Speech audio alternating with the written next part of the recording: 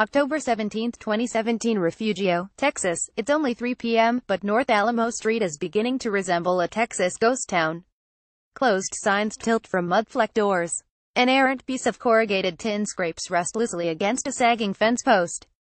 A tattered American flag whips in the breeze, clanging against a bent flagpole. Hurricane Harvey left an indelible mark on Refugio and other small communities in what's called Texas Coastal Bend, battering buildings and replacing bucolic bliss with chaos. But the streets in this town of 2,890 people are not empty because of the hurricane, they are empty in spite of it. It's a brisk nod of Texas defiance in the face of overwhelming loss. A tip of the hat to the unifying roles of faith, family, and football as Texans begin to rebuild a way of life that neither war nor weather has managed to vanquish. In the library, director Tina McWheel ushers a family toward a computer. The library got a new roof this summer, and though the hurricane removed a few shingles, all but 170 of the library's 17,000 books were spared. Even more important, the library reopened quickly, allowing locals to use fax machines, copiers, computers, and internet access to connect with insurance agents, charity organizations, the state unemployment office, and the Federal Emergency Management Agency FEMA. More than 75% of the town's structures were damaged, some merely losing windows, others collapsing completely beneath the weight of uprooted, century-old mesquite trees. Every day brings new paperwork for beleaguered homeowners. But today is Friday, and in a few hours, heartache will give way to the magic of pigskin and sweat, dedication and dreams. There's a saying around here, Ms. McWheel says. Last one out of town, turn the lights off. Football is the glue that holds this town's spirit together. Refugio High School staffers Lisa Herring and Lynette Markert chat in the school's foyer, which was reconfigured to serve as an office after the school was damaged in the hurricane. Carmen Cases and special to the Christian Science Monitor caption in some ways, coastal Texas was ravaged twice by the lingering storm, which made landfall August 25 in Rockport as a Category 4 hurricane. Winds in excess of 130 miles per hour lashed the coast for hours. Then the system stalled, dumping more than 51 inches of rain on the Lone Star State. Flood-prone cities such as Houston were quickly inundated, and a coastal crisis became a statewide catastrophe. As disaster relief organizations struggled to get to areas that were hit the hardest, the media glare focused on the dramatic water rescues underway in Houston and its suburbs. Small coastal cities such as Rockport and Aransas Pass were often overlooked, even though, weeks later, they are still barely passable. Some areas have only recently gotten power and water restored. Post offices have shifted mail services to other cities. Residents of Rockport are living 60 miles away in a Motel 6 in Beeville. Yet places like Refugio, normally an anonymous drive-by town between Houston and Corpus Christi, have emerged as hopeful testaments to both the power of the people and the triumph of the human spirit. In one sense, Refugio is no different from other small towns across this fall's crescent of catastrophe. It could be Immokalee, FLA, or Marigot, St. Martin or Fajardo, Puerto Rico, all communities caught in a primal struggle somewhere between survival and recovery. All places where residents are leaning on each other to defy destruction. All places focusing on the future to overcome a calamitous present. Yet each town brings its own identity to the process of revival, too. While Refugio is summoning a universal impulse to comfort the stricken, it is also tapping into a Texas culture of self-reliance and a local reservoir of humanity that is often magnified in small towns, here more than most. For it isn't the tourists, the president, the cavalry, or the militia that is saving Refugio. It is the people themselves. This may be the most civil traffic jam in the United States. A ragtag pilgrimage of school buses and pickup trucks inches north along the narrow, faded gray ribbon that is U.S. Highway 183, but there are no honking horns, no dirty looks, no one who seems to be texting while driving. Instead, drivers and passengers smile and wave to neighbors as they begin the 2-hour journey to Seguin, Texas, where the Refugio Bobcats will face the Navarro Panthers in the third football game of the season. If passers-by are troubled by the roadside scenery, mangled businesses, gutted apartments, faceless homes laid open like broken dollhouses, you can't tell. The Bobcats are overmatched tonight. Their school enrollment is half the size of Navarro's, but both teams are good enough that they have to travel far to find opponents willing to play them. Last year, Refugio's defense caught Navarro by surprise, allowing the team to eke out a 146 win. This year, the Bobcats have more to prove. Hurricane Harvey ravaged their field, destroying their scoreboard and parts of their school building. Players dragged family members to safety, holding plywood against broken windows and ignoring the rain as their homes caved in around them. Many lost everything and took refuge in the only home they had left, the team's locker room, where Red Cross cots and blankets still vie for space with piles of mattresses, cases of water bottles, stacks of donated hygiene kits, and weights they've barely had time or energy to touch. In late September, a key player, junior defensive back Casey Henderson, fractured 2 vertebrae in his neck while making a tackle. Head coach Jason Herring broke down in tears in the hospital room. Football had been an escape for Casey and his brother, Sylvester, after they lost their home in the storm. But the Bobcats aren't feeling sorry for themselves. Like the rest of Refugio's residents, they stumbled outside after the storm to a world they no longer recognized. But when they looked across their tree-strewn yards, they saw a familiar sight, the faces of their neighbors. So they crawled out of the rubble, traded their football gloves for work gloves, and began helping their community rebuild. While they worked on their neighbors' homes, other neighbors worked on theirs.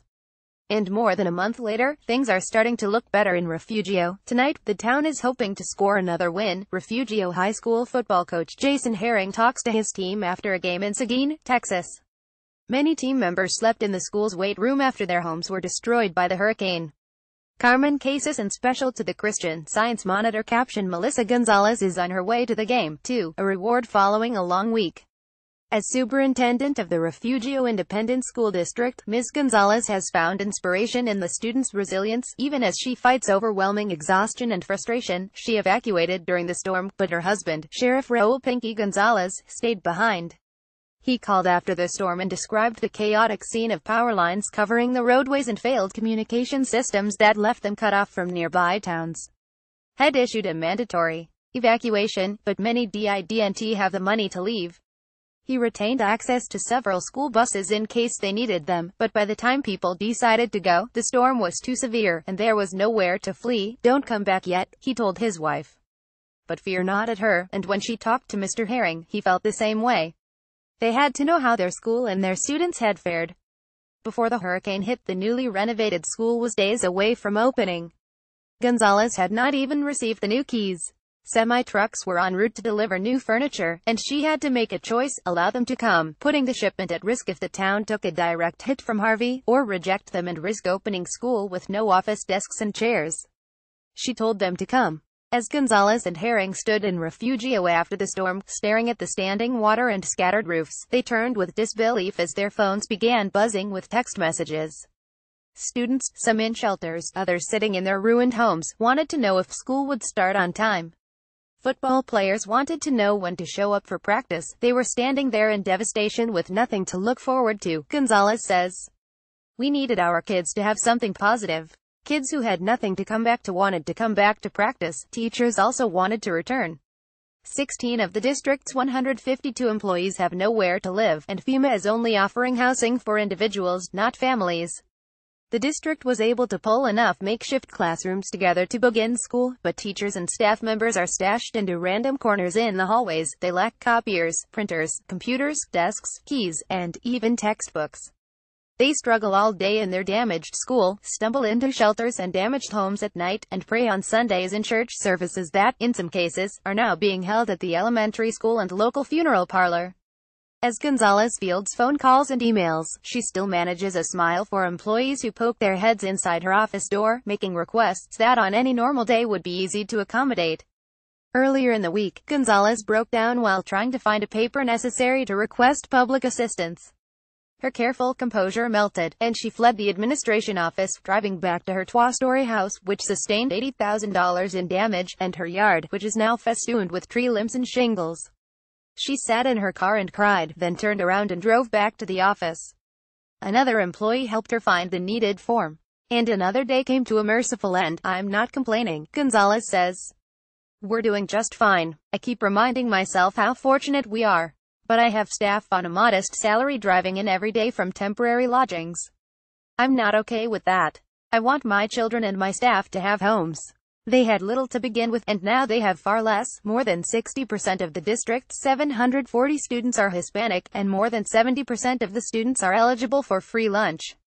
But poverty may be no match for another Refugio characteristic: pride. The school is the centerpiece of the community, and the football team is the nucleus, but what's going on here runs deeper than that. The people of Refugio have a strong, ethnocentric identity and a grit and determination born of being raised in harder times. than these. They live in a community where English and Spanish are spoken interchangeably, and racial equality is the norm, not the exception. Everyone is expected to do their best, whether they are in the classroom, on the football field, or at the workplace. We're very proud of who we are, Gonzalez says. Many people have lived here for generations, and there is a commitment to excellence in every way. We only accept the best. She extends that expectation to herself as well. I'm not content with us just educating kids, she says. Our goal is to stand in the gap for these kids and meet whatever need we need to meet. Other town leaders seem to adhere to that philosophy, too. Friday morning, over a breakfast of huevos rancheros and migas at La Ribera Diner, Sheriff Gonzalez compares progress reports with First Baptist Church Pastor T. Wayne Price. Gonzalez rode out the storm at the county courthouse with his fellow employees. Together, they watched as water poured through the roof and the double doors bulged in a futile effort to hold back the wind. 2 of his deputies lost homes. I'm starting to see people psychologically affected, Gonzalez says. They've seen a lot, but this storm punched them for hours. They're human. The sheriff's past experience as a game warden helped him quickly garner outside help for the area, but it was the townspeople themselves who grabbed their chainsaws and nail guns and got to work. He believes he will soon have housing for his displaced deputies, and his own life is finding some normalcy, too. After working for weeks out of his pickup truck, the sheriff is moving to a temporary space at a nearby office plaza. Ms. Gonzalez believes she will soon have housing for her displaced teachers, and a visit to the injured football player was encouraging. He is clamoring to begin physical therapy so he can return to his teammates. While he's in the hospital, volunteers are repairing his family's house. Mr. Price's church lost almost everything in the storm, and the sanctuary was destroyed, stripped to ribbons of pink insulation and dotted with damp pages of ruined hymnals and Bibles. More than 95 of his members were affected or displaced by the storm, but every day brings the promise of recovery closer to reality. Our people are doing much better, Price says. Our sheriff and county judge were sent from God. Gonzalez, shifting uneasily next to him, flushes almost as pink as the long-sleeved shirt he is wearing and lifts his white cowboy hat. Soon I won't be able to wear this, he jokes, noting that all this praise might lead to a swelled head. None of this means that people haven't had hard questions for their pastors and for God. Price tries to reassure them by being honest, forthright, and presenting biblical truths. We're being real but being positive, Price says. It's not pseudo-hype. As hundreds of volunteers come to help, the promises are being borne out. We hurt, we cry, but we do not lose faith. 2 residents of Refugio, Texas, load mesquite logs onto a trailer. Hurricane Harvey downed a large number of trees in the area, many of which are being cut up for firewood and barbecues. Carmen Cases and special to the Christian Science Monitor caption across town, Union Baptist Church Pastor Eugene Lewis preaches a similar message. His congregation only has a dozen members, but they're close. They were devastated when they couldn't hold services in their unassuming blue and white church because it was too damaged. Mr. Lewis, who lost his home in the storm, encouraged parishioners to attend one of the other churches in town or use the time on Sundays to help neighbors. Before the storm, he tried to assuage their fears. I told them, if you get called home, there's a home that will never be taken away, he says. The joy of the Lord is your strength. He is encouraged by what he sees in Refugio. The town seems closer now. People are letting go of nitpicky quarrels because their priorities have shifted. One parishioner had avoided a friend for a long time because of an argument. Now the friends have mended fences, literally and figuratively. If the Lord had wanted to wipe Refugio off the map, he could have, Lewis says. We have so much to be thankful for. At the game with Navarro, the Refugio Bobcats are struggling, but their fans haven't stopped cheering since they arrived.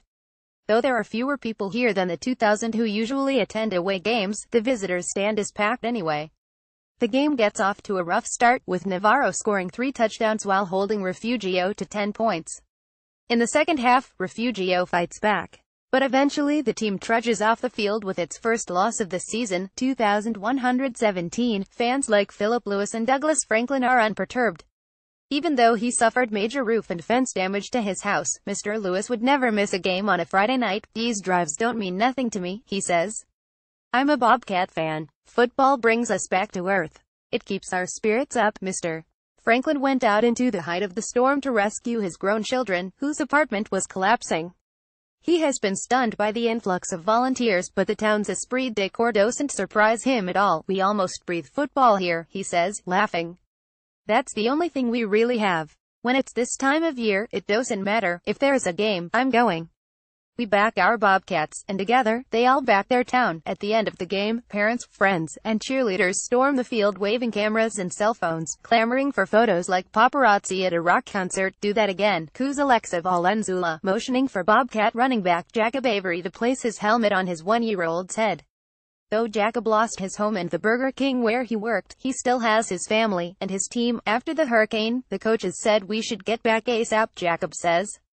It made us feel more comfortable. We went around roofing houses. The Bobcats coach knows that this time on the field, win or lose, is what will mend his boys. They kneel before him, staring at the grass, waiting to be rebuked for their performance. He chides them for a moment, then softens his tone. You look at me, he says to one player. All of you, look at me. Keep your heads high. You played a heck of a game. So don't you dare hang your heads. I am proud of you. One by one, they lift their heads and make eye contact, allowing him to scruff their hair, cuff their shoulders, hug them. Next week they will play again. Maybe they will win or maybe they will lose. But no matter the outcome, they will survive.